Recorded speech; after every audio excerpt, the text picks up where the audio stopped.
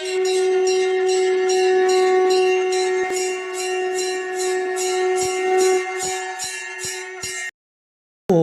ஸ்ரீ குருப்யோ நமஹ. ஓம் கம் கணபதையே நமஹ. நம்ம ஸ்ரீநிகேதன் வலைதளம் வாயிலாக முருகப்பெருமானுடைய சஹஸ்ரநாமத்திலிருந்து தினமும் ஒரு நாமாவளியை சிந்திச்சுட்டுருக்கோம். இன்றைய தினம் 353வது நாமாவளியாக ஓம் டுண்டி விக்னேஸ்வரானுஜாய நமஹ. முருகப்பெருமான இந்த நாமாவளி டுண்டி கணபதி அவருடைய தம்பியாக இருப்பவருக்கு நமஸ்காரம் அப்படின்னு வர்ணிக்கிறது. அனுஜஹா அப்படின்னா தம்பி, அக்ரஜஹானா அண்ணா. அப்போ மகா கணபதி டுண்டி கணபதியாக இருக்கார், டுண்டி விக்னேஸ்வரராக இருக்கார். நம்ம காசியில் அவருக்கு விசேஷமான க்ஷேத்திரம், அவருடைய ஸ்தானம் அங்கே இருக்குது. அதாவது இந்த டுண்டி விக்னேஸ்வரருடைய புராணங்களை ஸ்கந்த புராணத்தில் காசி காண்டத்தில் வர்ணிக்கிறது. சுப்பிரமணிய சுவாமி அகஸ்தியருக்கு சொல்கிறாராம், இந்த டுண்டி கணபதி எதற்காக அவதாரம் பண்ணார் அப்படின்றது. துந்தி அப்படின்னா தேடுதல் அப்படின்னு அர்த்தம். இந்த கணபதி எதை தேடினார் அப்படின்றது அழகான புராணம்.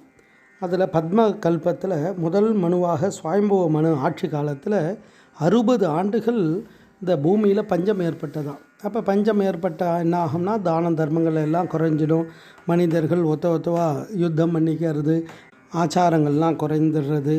அப்போ பலவிதமான கஷ்டங்கள் ஏற்பட்டது பூமியில்.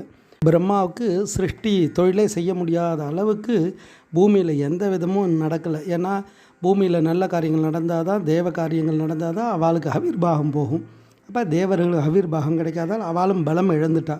அப்போ அந்த சமயத்தில் திருப்பி இந்த பூமியில் நல்ல அரசாட்சி ஆளணும், தகுதியான மன்னரை தேடுறார் பிரம்மா. அப்போ அந்த சுவாயம்புவ மனு அந்த பரம்பரையில் வந்த ரிபுஞ்சயன்ற அந்த மன்னர் கடுமையான தவத்தில் இருக்கார். அப்படி தவத்தில் இருக்கும் பொழுது அவருக்கு போயிட்டு அனுகிரகம் பண்ணி இந்த பூமியை எல்லா பாக்கியத்தோடு நீ ஆளணும் அப்படின்றார். அதற்கு அவர் என்ன பண்ணுறார், இந்த பூமியில் தேவர்கள் யாரும் இருக்கக்கூடாது, நான் பார்த்துக்கிறேன் அப்படின்றார்.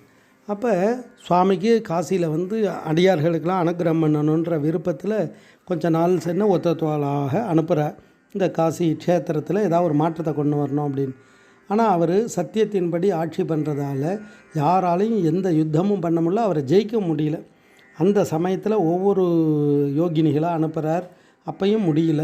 கடைசியாக கணபதி வரார். அவர் வந்து ஒரு ஜோதிடராக வந்து அங்கே இருக்கக்கூடிய மக்கள் மனதில் இடம் பிடித்து, அப்புறம் அந்த மன்னருடைய மனசில் இடம் பிடித்து, வரக்கூடியவருடைய வாக்குப்படி நீ நடந்துக்கோ அப்படின்னு சொல்லி மகாவிஷ்ணு வந்து சிவப்பிரதிஷ்டை பண்ண சொல்கிறாரு அந்த ராஜாவை. அப்போ இந்த சிவப்பிரதிஷ்டை பண்ணதுக்கப்புறம் அந்த இடத்துல காசி க்ஷேத்திரத்தில் எல்லா விதமான பாக்கியத்தோடு பரமேஸ்வரனுடைய அனுகிரகம் திருப்பியும் எல்லாருக்கும் பாக்கியம் கிடைக்கிது.